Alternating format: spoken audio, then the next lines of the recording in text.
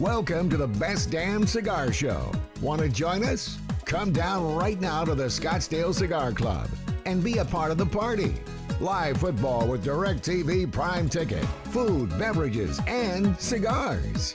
Now back to the show with Brad.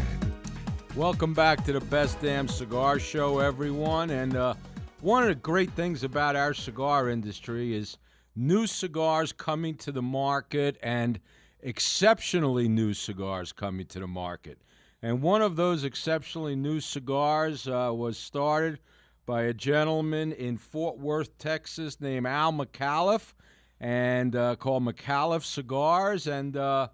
McAuliffe, welcome to the Best Damn Cigar Show. Well, thank you very much. I very much appreciate you taking the time to talk to us. Oh, no, it's my pleasure. And, you know, I remember, you probably didn't hear this story yet from many of your people, one of my members who is a smoker of the finest cigars available from around the world, he comes back from a trip from Fort Worth, Texas, about, 6-8 months ago, and he goes, Brad, have you ever heard of these McAuliffe cigars? I go, I have no idea what you're talking about. And he goes, it's the best damn cigar I've ever smoked. You got to get them in here. And sure enough, 6-8 months later, I got him in. So he's a happy camper. So that's super. We get a lot of visitors that come into Silverleaf. You know, it's a very inviting atmosphere, and we make a lot of friends here. And I haven't had anyone that hasn't really immensely enjoyed our product. Yeah, no, I would have to agree. And your background as far as creating this cigar company with Gomez Sanchez family, I guess it is Yes, very sir, unique correct. and a great success story. Why don't you tell us how that all started? Well, I smoked cigars for the last 20 or 30 years, but mostly on the porch of my ranch.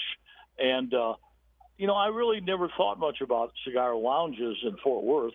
And a friend of mine is a partner in Silverleaf, and he said, hey, you never come into my shop. And I said, geez, I forgot you had it. And I started coming in and really, really enjoying smoking, but I enjoyed the atmosphere. There's a lot of camaraderie that's developed among regulars at a cigar shop. Yeah, we have a little area called the Liar's Corner, where we all tell each other lies all day.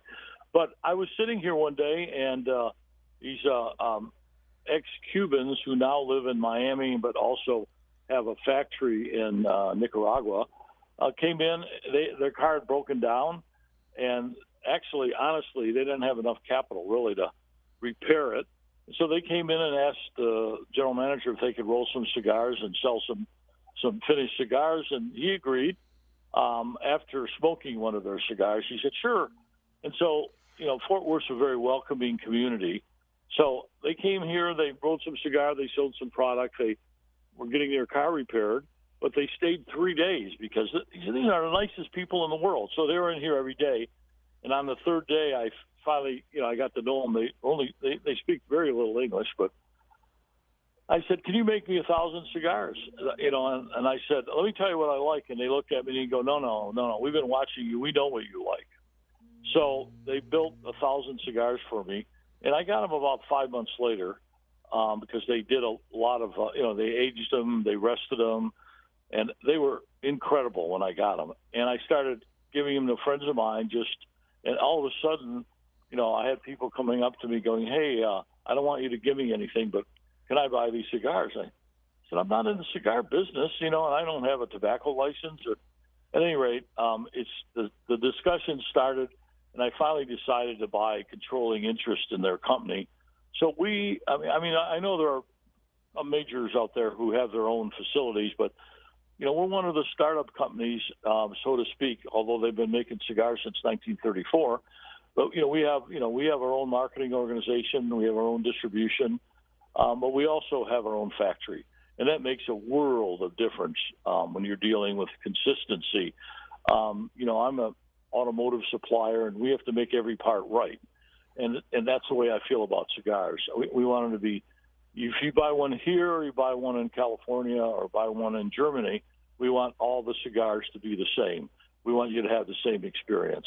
So it was kind of I can't believe at my age I bought a new business because I don't even buy green bananas anymore. But I'm excited about this, and it's keeping me going, and I think it's going to make me live 10 years longer because I've got to get this thing up and running. No, that's fantastic, and you just happen to be in the cigar store, a lover of cigars, and a lot of people don't know, but you're a very successful businessman from down in Fort Worth, owning restaurants and fabrication businesses, rubber businesses, automotive supply, cattle ranch, on and on and on.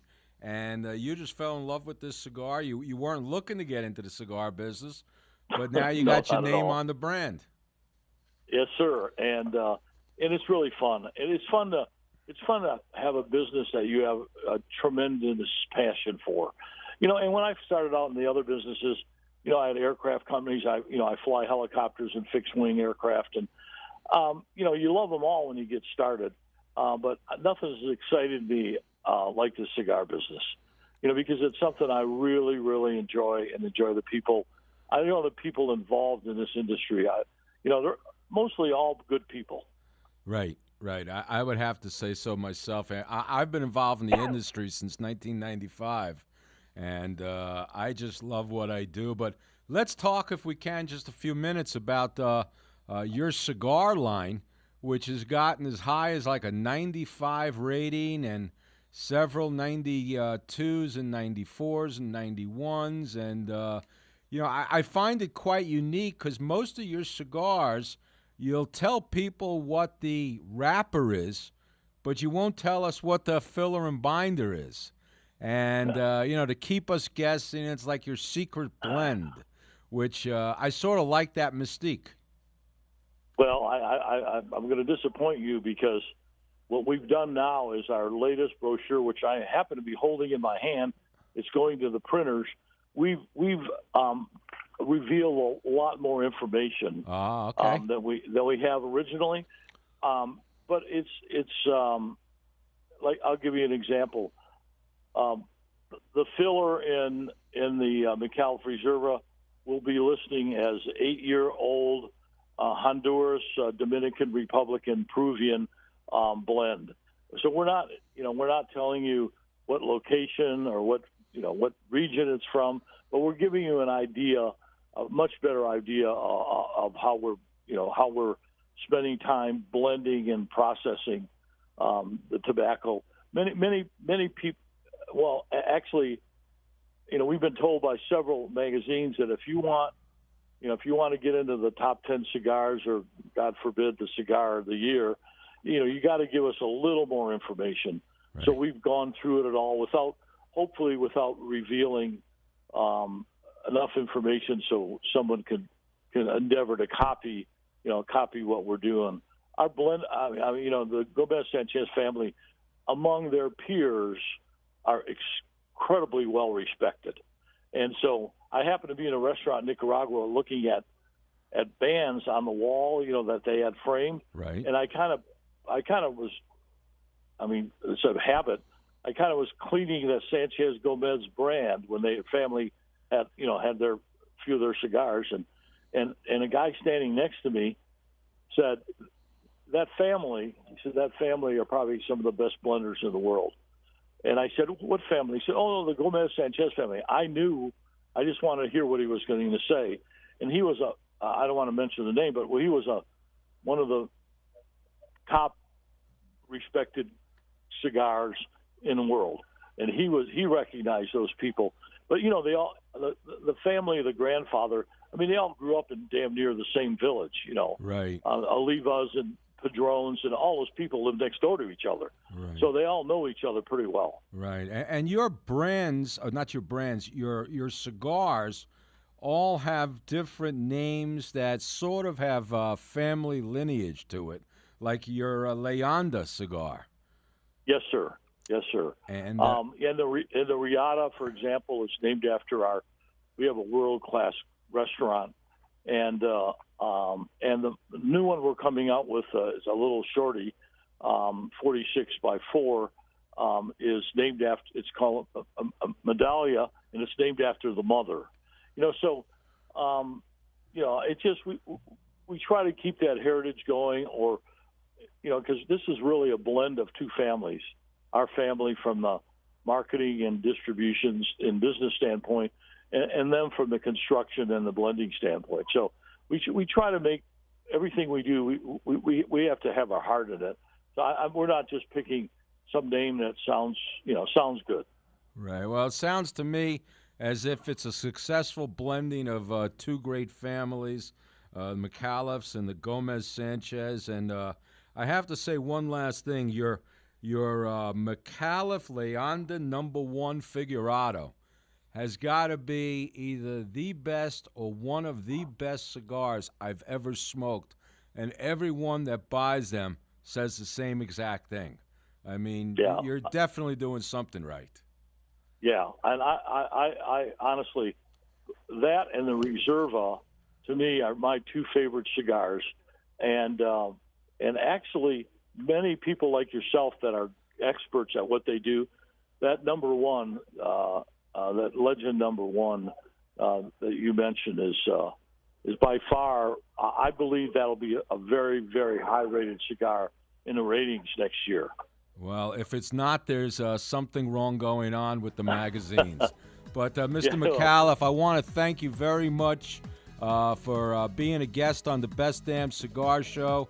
Pleasure first time talking with you, and I look forward to speaking with you again. Oh, you know what? I would love that. It was a really nice experience to talk with you, and I appreciate all the compliments and the nice things you've been saying and have said about us. Well, keep making great cigars. I'll keep making great comments. Thank you, sir. All right. Appreciate it. All right. That was Mr. Al McAuliffe, the owner of McAuliffe Cigar Company out of Nicaragua. And we'll be back in a few moments on the Best Damn Cigar Show.